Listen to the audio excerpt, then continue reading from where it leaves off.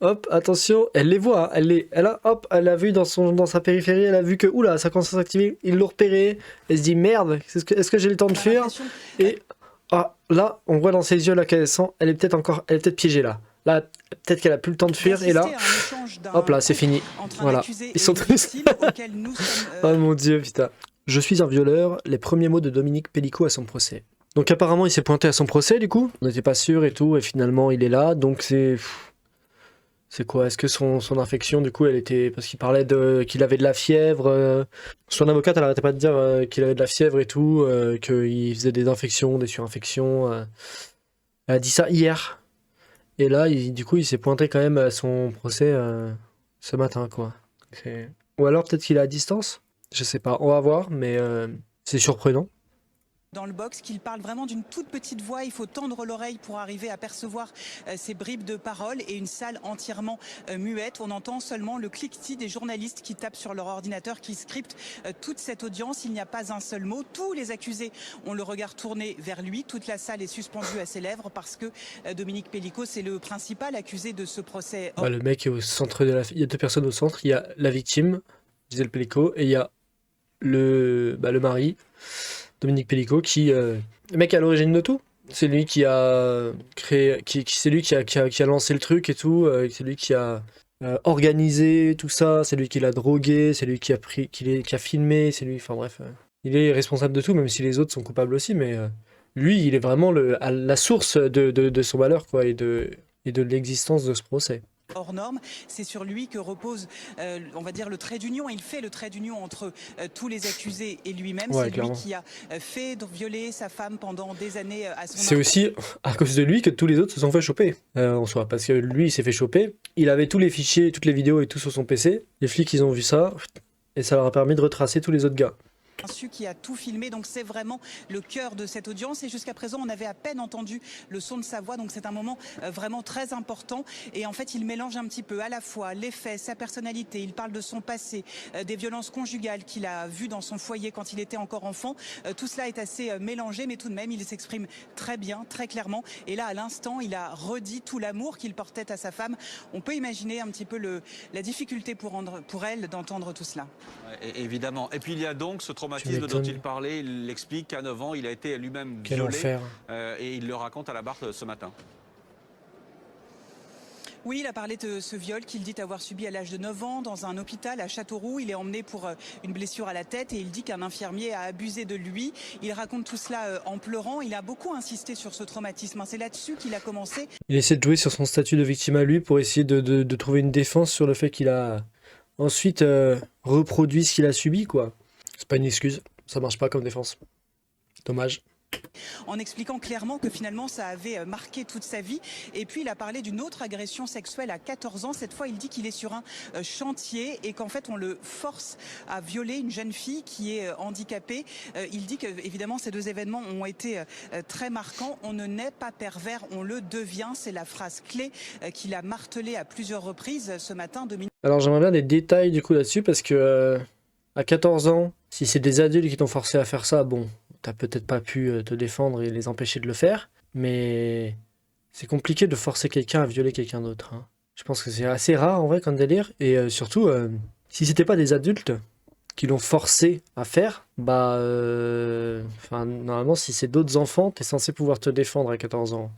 À moins qu'ils soient vraiment très nombreux, ou qu'il y ait des circonstances qui fassent que vraiment tu pouvais pas du tout, enfin t'étais, mais ça paraît un peu improbable que t'aies pas pu, que t'aies pas eu la possibilité de dire non, ou, enfin voilà, parce que c'est pas lui qui s'est fait violer, c'est lui qui a été forcé de violer quelqu'un d'autre. On est sur un cas vraiment particulier, quoi. Comment tu traites ça? C'est qui l'agresseur du coup, et c'est qui enfin la meuf qui s'est fait violer forcément est victime, mais dans ce cas-là, du coup, s'il dit la vérité, est-ce que lui, il est victime ou agresseur? C'est hyper particulier comme cas. Dominique Pellicot Enfin, pour c'est pas le expliquer procès de ce cas-là, que par contre. finalement, ce qu'il est aujourd'hui, les faits pour lesquels il est poursuivi, découlent de ces deux traumatismes qu'il dit avoir subis quand il était enfant et adolescent. Mélanie, il y a eu donc cet échange entre Dominique Pellicot et Gisèle Pellicot. Alors je dis échange parce que tous les deux ont parlé l'un de l'autre. Oui, c'est un moment suspendu. En fait, le président a demandé à Gisèle Pelicot si elle souhaitait intervenir. Donc, elle s'est levée. Elle est venue à la barre. Et effectivement, cette petite dame de 71 ans, toute frêle, a eu ces paroles. Elle dit que pour elle, c'était difficile d'entendre ce que dit Monsieur Pelicot. On rappelle qu'elle ne le nomme jamais par son prénom. Pendant 50 ans, dit-elle, j'ai vécu avec un homme dont j'ignorais tout. Je lui faisais une confiance totale, pas une seule. Ah oui, c'est 50 ans quand même. Putain, la vache, ça faisait vraiment longtemps qu'ils étaient ensemble. Oh, son monde doit tellement être bouleversé. Elle a passé l'intégralité de sa vie presque avec un homme qu'en fait elle connaissait pas et qui a été capable de la détruire pour son propre plaisir personnel, quoi. C'est terrible de se dire ça, de se dire que c'est des années de vie entières qu'elle lui a données et que lui, il lui a arraché, on va dire, son innocence, quoi, son bonheur et sa joie. Seconde, je n'ai douté de lui. À ce moment-là, Dominique Pelicot reprend le micro dans son box et il dit « Je suis coupable de tout ce que j'ai fait, je regrette et je demande pardon. Tu as été merveilleuse et moi, j'ai été à côté de la plaque. » Un moment suspendu, en quelque sorte, on a l'impression d'assister à un échange d'un couple entre un accusé et une victime auquel nous sommes... Oh. Mais quelle bande de rapaces, putain, mais comment ils ont débarqué, c'est impressionnant. Comment ils arrivent, ils la reconnaissent instantanément et ils sautent tous dessus. Hop, attention, elle les voit, hein, elle a vu dans sa périphérie, elle a vu que, oula, ça commence à s'activer, ils l'ont repéré, elle se dit merde, est-ce que j'ai le temps de fuir? Et là, on voit dans ses yeux là qu'elle sent, elle est peut-être piégée là. Là, peut-être qu'elle a plus le temps de fuir et là, hop là, c'est fini. Voilà, ils sont tous.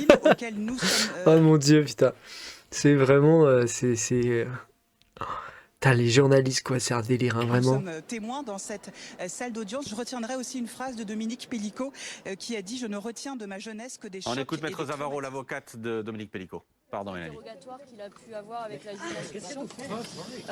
Pour ma part, il n'y avait pas d'élément de surprise. On était ce qu'il a dit aujourd'hui à la barre et le reflet de ce qu'il a toujours senti, enfin ses sentiments et ses déclarations avec la juge d'instruction. Donc il a expliqué son parcours de vie, les tumultes de son parcours de vie, les traumatismes qu'il a pu subir étant enfant, qui ne sont pas des nouveautés, qui ont été rapportées par l'enquêteur de personnalité et les examens, les experts psychiatres et celui du docteur Bensoussan. Voilà, pour l'instant, alors ça sera entendu ou ça ne sera pas entendu, hein. Je ne sais pas ce que ça va donner, ce que les gens vont penser, mais à la limite, bon, ce que les gens vont penser. Au moins, il cherche pas à nier ce qu'il a fait. Il dit ouais, j'ai fait des saloperies. Il est clairement en train de dire j'ai reproduit ce qu'on m'a fait. Bon, il a l'air d'utiliser quand même un peu ce qui lui est arrivé dans son enfance comme défense. Je sais pas si ça a une valeur. Peut-être que ça a une valeur en tant que genre comment on appelle ça, circonstances atténuantes. Voilà, des circonstances atténuantes.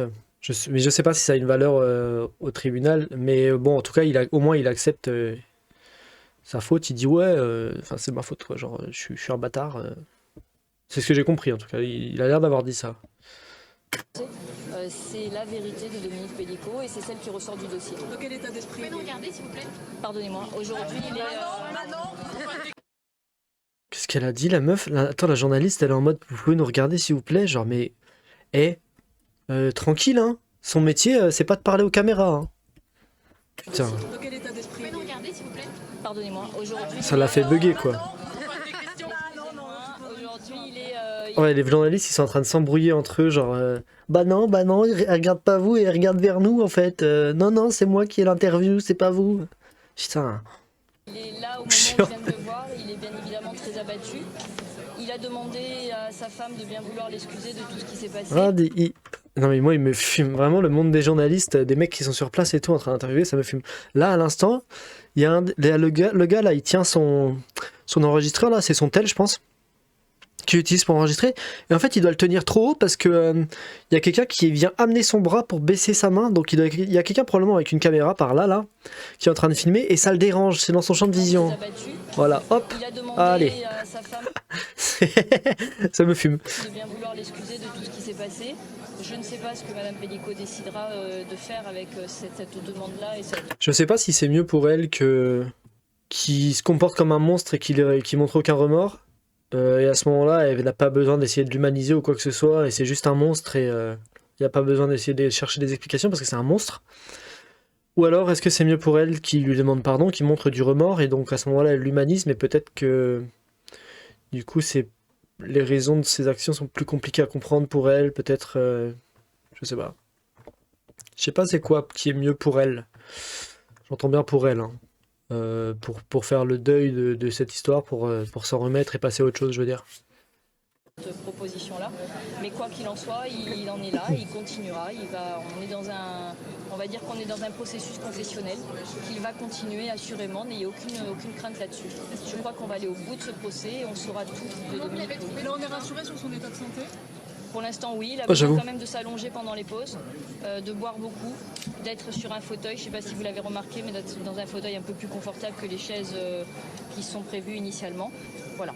Pour l'instant, ça a l'air de se passer correctement. Il a dit très contundent, je suis un violeur et les autres aussi sont des violeurs. Est-ce qu'il pourra prouver ça pendant la procès? Je crois, monsieur, que la pierre angulaire de ce dossier, ce sont les vidéos. Après, chacun fera l'interprétation des vidéos, chacun fera sa propre interprétation. Un œil avisé me dit que c'est une scène, voilà. Il y en a d'autres qui vont dire que c'est une scène de sexe, d'autres. Je ne vais pas rentrer sur ce terrain-là maintenant, aujourd'hui, parce qu'on est plus sur la personnalité de Dominique. J'ai pas entendu la question que le mec lui a posée en fait. Chacun des faits va J'arrive être pas à déduire la examiné question de avec sa chacun réponse. des accusés, et chacun se fera son opinion. Il a dit on ne naît pas pervers, on le devient. Ce serait selon lui toute cette enfance qui l'aurait conduit petit à petit à ces Bon, actes. après, c'est vrai, hein. Enfin, je veux dire, je pense qu'on n'apprend rien, hein. On n'est pas pervers, on le devient, oui. Tu n'es pas déviant, tu le deviens. Enfin, c'est des expériences de vie, des choses qui t'arrivent qui font que tu développes des goûts ou des appétences pour certains trucs et pas pour d'autres.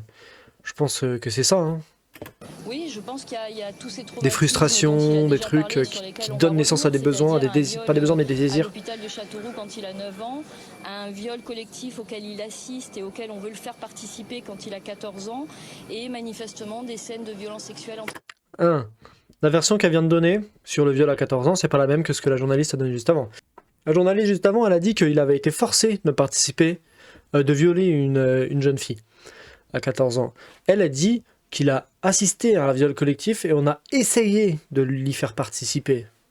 Essayer et faire participer, c'est pas pareil. Enfin, je veux dire, c'est pas elle dit pas la même chose là, hein. Moi, j'entends pas la même chose, moi. Entre ses parents, qu'il ne doit pas voir, parce qu'un gamin de 14 ans ne doit pas voir ce genre de choses, et qui le perturbe énormément, qui l'attriste et qui surtout le secoue complètement. Quoi ?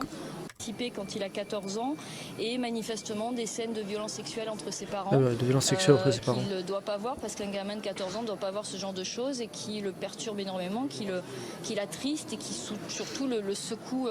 Après, lui, il est clairement né dans un milieu qui le destinait un peu à devenir un taré, à devenir un pervers, hein. Genre, en fait, généralement, quand tu vis ce genre de trucs, quand t'es enfant et tout, ça te déglingue ta perception des relations sexuelles et tout, et de ce qui est sain dans une relation sexuelle, est-ce que c'est le désir ou le plaisir, enfin, c'est le genre de choses qui ont tendance à déglinguer la croissance et le développement, surtout quand t'es pas encore complètement développé, justement, 14 ans et tout, c'est l'adolescence, c'est le moment où t'es en train de développer tout ça, tes désirs et tout, ce que tu aimes, ce que t'aimes pas.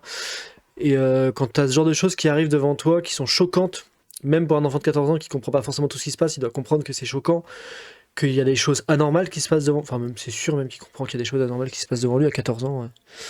Et forcément, ça a un impact immense sur toute sa vie derrière. Complètement, et qui ça l'excuse pas, un peu la violence de ce père. Mais c'est des explications, quelque chose quoi. Qui a été mise en exergue déjà vis-à-vis de lui et vis-à-vis enfin de sa mère aussi. N'oublions pas quand même que le schéma familial est très particulier. On a affaire à une femme qui a épousé un premier frère et puis abandonnée par ce premier frère épouse le second et fait des enfants aux deux. Donc